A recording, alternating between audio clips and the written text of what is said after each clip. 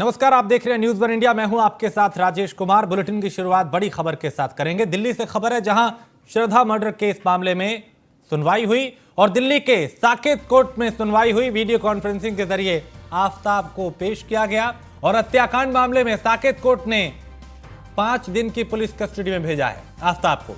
Police ने court से 10 दिन की कस्टडी मांगी थी और कोर्ट ने 5 दिन की पुलिस कस्टडी में उसे भेजा है। और इन 5 दिनों में अभी कई सुराग ऐसे हैं, कई सबूत ऐसे हैं जो पुलिस को इकट्ठा करने हैं इस हत्या की गुत्थी को सुलझाने के लिए। क्योंकि कबूलनामे के अलावा पुलिस के पास अभी कोई ठोस सबूत ऐसा नहीं है जो इस हैवान को फांसी के फंदे तक लेकर जाए। तो अभी लड़की का मोबाइल बरामद करना, इसके अलावा डीएनए मैच करना और कई चुनौतियां पुलिस के सामने हैं इस पूरे मामले को लेकर। और आज वकीलों में भी खासा गुस्सा देखा गया। जब सुनवाई थी, इसे पेशी पे लाया जाना था, उस वक्त वकीलों ने कोर्ट के बाहर फांसी देने की मांग की, नारेबाजी की, प्रदर्शन किया।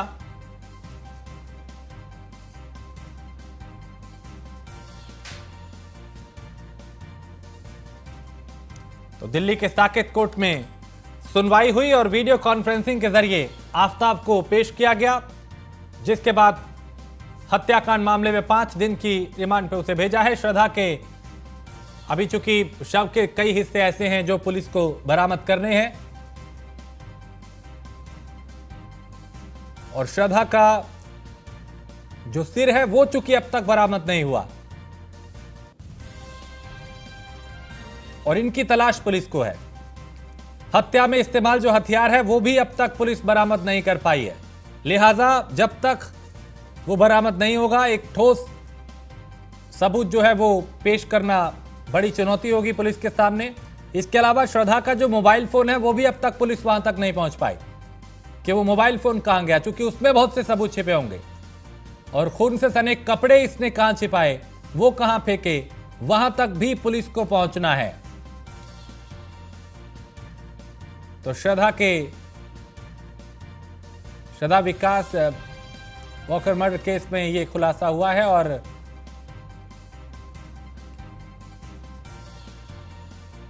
आरोपी लिव इन पार्टनर आफ्ताब अमीन पूनावाला, जिसने कई कबूलनामे किए हैं। पीयूष हमारे संवाददाता दिल्ली से ज्यादा जानकारी के साथ। पीयूष, चूंकि लगातार आप इस मामले को कवर कर रहे हैं, आज पेशी थी, वीडियो कॉन्फ्रेंसिंग के जरिए पेश किया गया 5 दिन की रिमांड।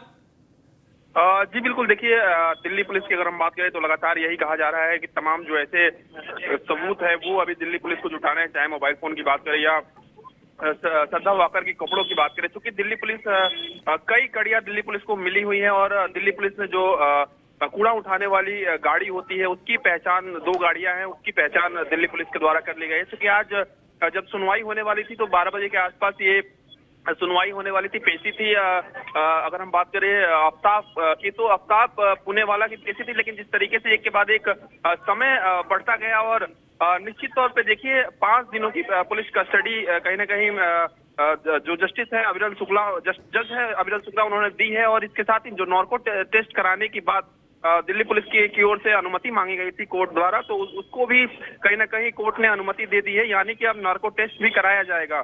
जिस तरीके से दिल्ली के एक इलाके में इस जघन्य अपराध को अंजाम दिया गया, आरोप लगा आफ्ताब पुनेवाला पर, तो उसके बाद कहीं ना कहीं अब फिर से जो 5 दिनों का वक्त मिला है पुलिस को। क्योंकि हिमाचल प्रदेश की बात करें, पुलिस ने आज कोर्ट रूम में ये भी जिक्र किया वीडियो कॉन्फ्रेंसिंग के जरिए कि चूंकि आरोपी को हिमाचल प्रदेश लेकर जाना है, उत्तराखंड लेकर जाना है, तो निश्चित तौर पे पूछताछ में कई बातें निकलकर सामने आई हुई। चूंकि जो भी पूछताछ होती है वो गोपनीय होती है, लेकिन कहीं ना कहीं हिमाचल और उत्तराखंड से भी कनेक्शन इस आरोपी का निकलकर सामने आया है, जहां पर इसको लेकर जाया जाएगा। चूंकि 5 दिन की पुलिस कस्टडी मिल चुकी है तो पुलिस के लिए भी आसानी होगी। लेकिन सबसे बड़ी बात है कि कोई अभी इतना बड़ा पुख्ता सबूत पुलिस के हाथ नहीं लग पाया है। जो ब्लड सैंपल्स लिए गए हैं आफ्ताब के उस कमरे से, उसमें भी अभी संशय है कि वो किसी व्यक्ति का ब्लड है या किसी जानवर का ब्लड है। और अगर वो किसी व्यक्ति का यानी श्रद्धा वाकर का ब्लड होता है तो निश्चित तौर पे पुलिस के लिए एक बड़ी सुराग पुलिस को मिल सकता है और केस मजबूत हो सकता है।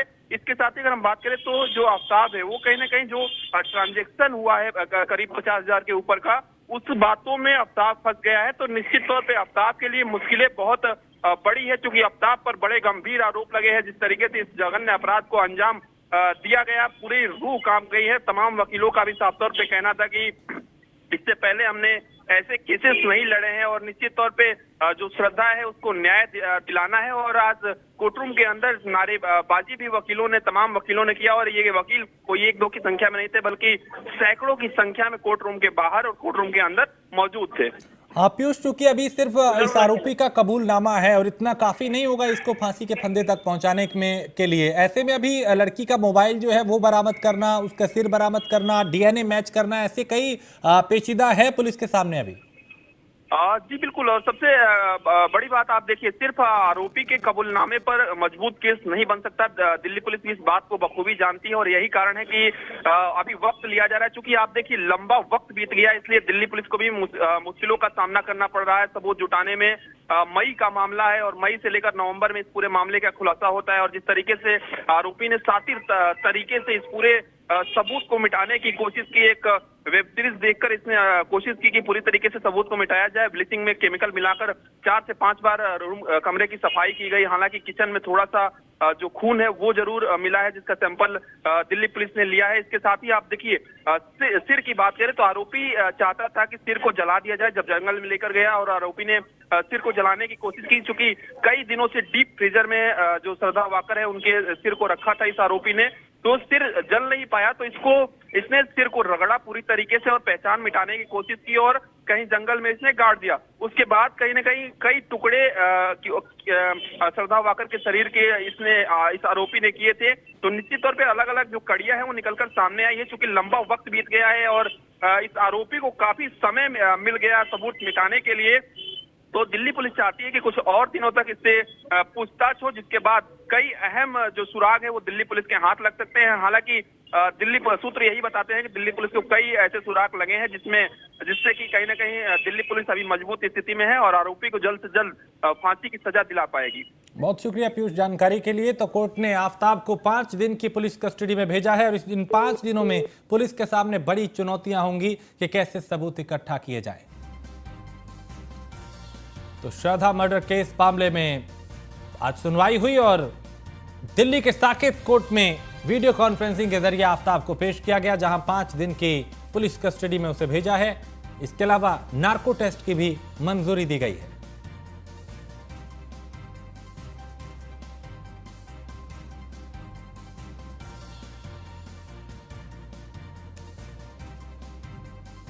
तो पुलिस ने कोर्ट से 10 दिन का कस्टडी 10 दिन की मांगी थी, लेकिन कोर्ट ने 5 दिन की कस्टडी दी है। और अब इन 5 दिनों में ही बहुत सी ऐसी चुनौतियां हैं जिससे पुलिस को पार पाना है। इस केस को सुलझाने के लिए बॉडी पार्ट्स अभी तलाशने, उसके अलावा डीएनए मैच करना, मोबाइल श्रद्धा का तलाशना, वो हथियार जिससे इसने शव के टुकड़े किए थे उसे तलाशना, और ऐसी कई चुनौतियां हैं जो इस पूरे मामले को सुलझा पाए। चूंकि अभी सिर्फ पुलिस के पास इस हैवान के कबूलनामे के अलावा कुछ नहीं है, तो अभी ठोस केस बनाने के लिए बहुत से सबूत ऐसे हैं जो, लेकिन उससे पहले एक बड़ी खबर आपको बताएं। वाराणसी कोर्ट ने आज अर्जी को सुनने योग्य माना और मुस्लिम पक्ष की याचिका को खारिज कर दिया। ज्ञानवापी मामले से जुड़ी यह बड़ी खबर, जहां मामले में 2 दिसंबर को अगली सुनवाई होगी।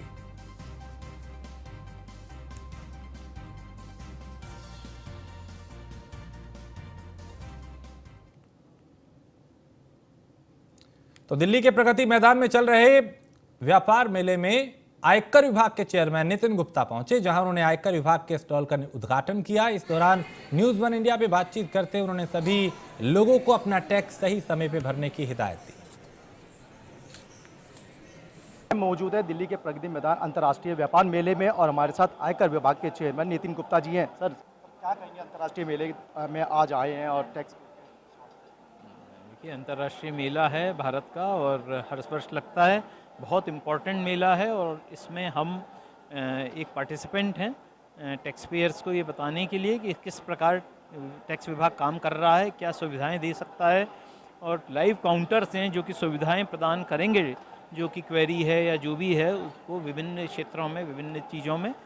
तो हमारा सतत प्रयास यही है कि हम जो भी टैक्स पेयर हैं उनको सुविधाएं अधिक से अधिक दे पाएँ। डिजिटल माध्यम से भी किस तरीके से जो लोग कर सकते हैं, क्योंकि डिजिटल का आज का ज़माना चल रहा है। सारा टैक्स डिजिटल माध्यम से पे हो रहा है। अब इतना ही है प्रयास उसमें कि जो उसको और कैसे सुगम बना सकते हैं, और उस सुगम बनाने की तरफ हमने टिन 2 एक नया ओल्टास के बदले नया हम पैरेलल स्ट्रीम लाए हैं। उसमें टिन 2 में जो मैनुअल प्रोसेसेस हैं वो डन अवे विद हैं, और वो काफ़ी फास्ट होगा। नए मोड ऑफ पेमेंट होंगे, डेबिट कार्ड होगा, आरटीजीएस है, एनईएफटी है, सभी प्रकार के माध्यम हैं उसमें। और बैंक्स उसमें 3 बैंक नए जुड़े हैं, पुराने 17 एजेंसी बैंक उसके पार्टिसिपेंट इस वर्ष के अंत तक हो जाएंगे। इस कॉल पे गेम्स का भी एक आपने गेम्स हैं, आप गेम्स के अलावा बहुत सारी चीज़ें हैं जो बच्चों को आकर्षित करेंगी। देखिए, आप कुछ कार्टून कैरेक्टर हैं, कुछ रोबो हैं, और नुक्कड़ नाटक, पेंटिंग कंपटीशन, कैरिकेचर, इतनी variety of things are there कि बच्चे और यंग हमारे जो tax payer, future tax payer हैं, वो आकर्षित होंगे। वो एक जान सकेंगे कि किस प्रकार टैक्स विभाग काम कर रहा है। आखिरी सवाल ये है कि जिस तरीके से लोग टैक्स को पे नहीं करते, उनके लिए क्या है? मेरा उनसे सबसे गुजारिश है कि वो अपना जो भी उचित टैक्स बनता है वो कैलकुलेट करें, समय पे दें। पिछले 2 साल के टैक्स पेमेंट अगर नहीं किया है तो अपडेटेड रिटर्न के माध्यम से वो लोग कर सकते हैं। धन्यवाद हमसे बात करने के लिए। तो ये थे हमारे आयकर विभाग के नितिन गुप्ता जी, जिन्होंने बताया कि किस तरीके से जो लोग हैं वो आएँ और आकर अपना आय का जो टैक्स है वो जमा कराएं। मौजूद है दिल्ली के प्रगति मैदान। और ज्ञानवापी श्रृंगार गौरी मामले में बड़ा फैसला आया है। वाराणसी कोर्ट में मामले में फैसला सुनाया गया। वाराणसी कोर्ट ने अर्जी को सुनने योग्य माना और मुस्लिम पक्ष की याचिका को खारिज कर दिया। मामले में 2 दिसंबर को अगली सुनवाई होगी। तो ज्ञानवापी केस में मुस्लिम पक्ष को यह बड़ा झटका माना जा रहा है और वाराणसी कोर्ट ने मुस्लिम पक्ष की याचिका को खारिज कर दिया है। कोर्ट ने उस मामले को पोषणीय माना है और इसी आधार पर याचिका को खारिज किया। इस मामले की सुनवाई बीते 14 नवंबर को सिविल जज सीनियर डिवीजन महेंद्र कुमार पांडे की अदालत ने की थी। तब फैसले को सुरक्षित रख लिया गया था और अब अगली सुनवाई इस मामले में 2 दिसंबर को होगी।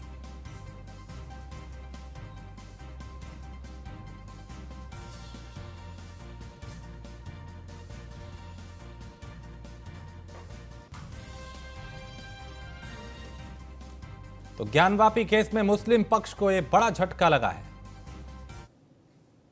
पहले उनके पूजा पाठ की अनुमति दी जाए और फिर धीरे धीरे हर बिंदुओं पर हम बात करेंगे, जिससे वो पूरा मंदिर परिसर मुसलमानों का प्रवेश वर्जित हो और पूरा परिसर हिंदुओं को सौंपा जाए। निसंदेह सभी के पास रास्ते खुले हुए हैं, वो जहाँ जाएंगे वहाँ हम उनका विरोध करेंगे।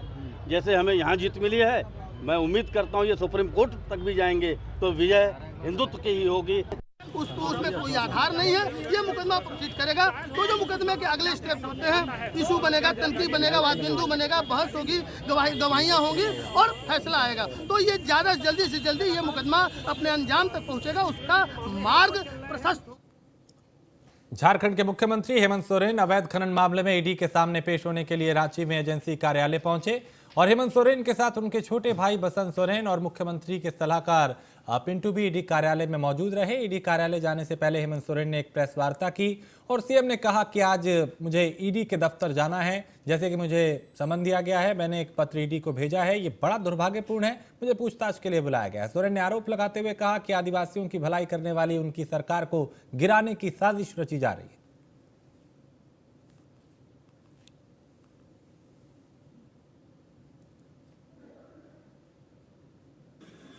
एक संवैधानिक पद पर हूं और जिस तरीके से समन की कार्रवाई चल रही है, लगता है कि हम लोग देश छोड़ के भागने वाले लोग। और मेरे राजनीतिक इतिहास में मुझे नहीं लगता है व्यापारियों को छोड़कर कोई राजनीतिक दल देश छोड़ के भागा हो या राजनीतिक दल के नेता देश छोड़ के भागे हो। और आज कहीं ना कहीं ऐसे कार्रवाई से राज्य में एक संशय की स्थिति उत्पन्न होती है। कार्यपालिका को निरंकुश करने का एक माध्यम बन सकता है। सरकार को अस्थिर करने का भी एक षड्यंत्र कहा जा सकता है। कहा जाए कि जो हमारे विपक्ष है, जो सरकार बनने के बाद से ही सरकार गिराने के षड्यंत्र लगे हुए थे, और यह षड्यंत्र की पनडुब्बी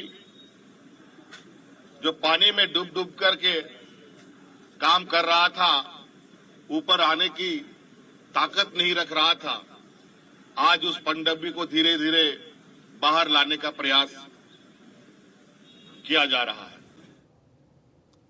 और महाराष्ट्र में भारत जोड़ो यात्रा के दौरान बड़ी चूक हुई, जहां राहुल की मौजूदगी में राष्ट्रगीत की जगह बजा गलत गाना और गलती होने पर राहुल ने सभी नेताओं को टोका भी। बीजेपी ने वीडियो शेयर कर कांग्रेस पर सवाल उठाए हैं। तो राहुल की मौजूदगी में राष्ट्रगीत की जगह गलत गाना प्ले हुआ और गलती होने पर राहुल गांधी ने सभी नेताओं को वहां पे टोका भी। तो बीजेपी ने वीडियो शेयर कर कांग्रेस पर सवाल उठाए हैं, जो कि इन दिनों राहुल गांधी भारत जोड़ो यात्रा पर हैं और वो लगातार सरकार को घेर रहे हैं, रोजगार को लेकर, महिला सुरक्षा को लेकर, किसानों को लेकर। लेकिन यहां पे एक ऐसी चूक हुई जिसने बीजेपी को मौका दे दिया कांग्रेस को घेरने का। तो गलती होने पे राहुल ने सभी नेताओं को टोका भी और वहां पे, लेकिन अब इस बीजेपी ने वीडियो को शेयर करते हुए कांग्रेस पर कई तरह के सवाल उठाए हैं, निशाना साधा है। तो महाराष्ट्र में भारत जोड़ो यात्रा के दौरान यह बड़ी चूक हुई, जहां राहुल गांधी की मौजूदगी में राष्ट्रगीत की जगह दूसरा गाना बज गया और वहां पे गलती होने पे राहुल ने वहां मौजूद लोगों को टोका भी। लेकिन इस वीडियो को आधार बना के अब बीजेपी कांग्रेस को घेरती हुई नजर आ रही है और बीजेपी ने वीडियो शेयर कर कांग्रेस पे कई सवाल उठाए।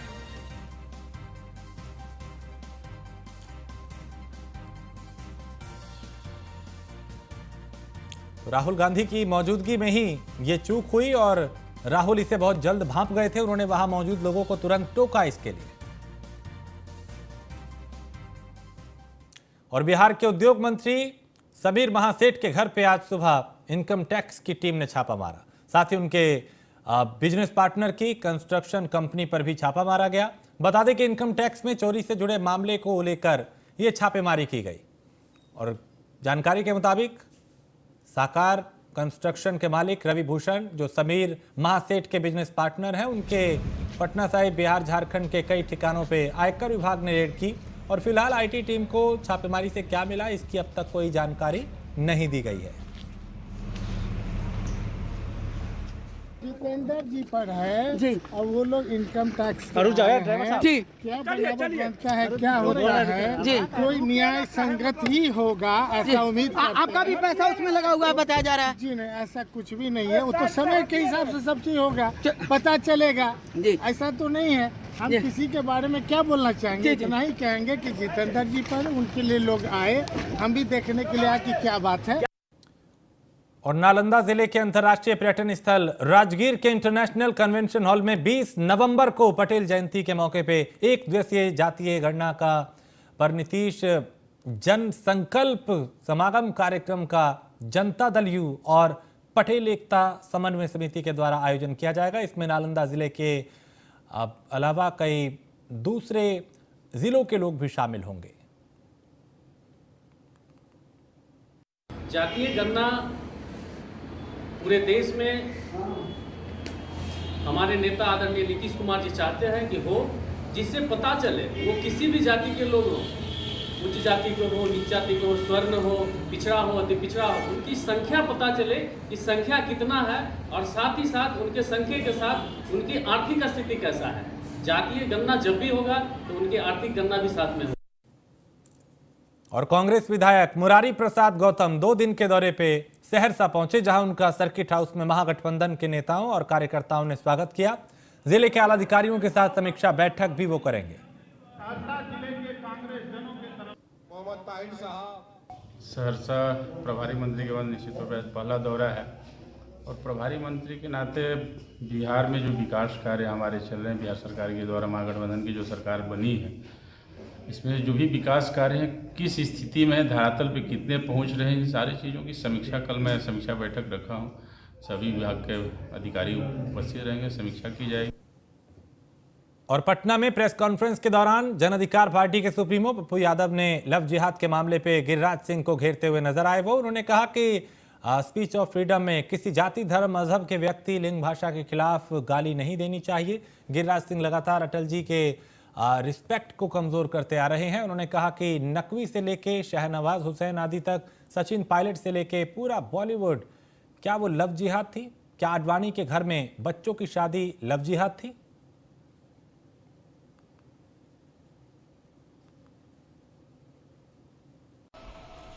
लगातार गिरिराज टाइप के लोग अटल जी के रिस्पेक्ट को कमजोर करते जा रहे। ऐसे लोग जो कभी लव जिहाद, गिरिराज जी हम आपसे आग्रह करेंगे, जितने नेताओं की शादी हुई है, नकवी से लेकर के शहनवाज से लेकर के अन्य लोग, क्या मानेंगे आप? सचिन पायलट से लेकर के पूरा बॉलीवुड, क्या वो लव जिहाद थी? आडवाणी जी के घर में बच्चों की शादी, क्या वो लव जिहाद थी? रोहतास में सोन नदी में बालू खनन करने के लिए बांधने के दौरान 2 पोकलैंड मशीन बह गई। वहीं अब काम करने वाले किसी प्रकार अपनी जान बचा के वहां से भागे। बताया जाता है कि बालू खनन करने के लिए सोन नदी की धारा को रोक के जबरन नदी के किनारे के भाग पे कृत्रिम बांध बनाने की कोशिश की जा रही थी ताकि ज्यादा से ज्यादा बालू खनन किया जा सके।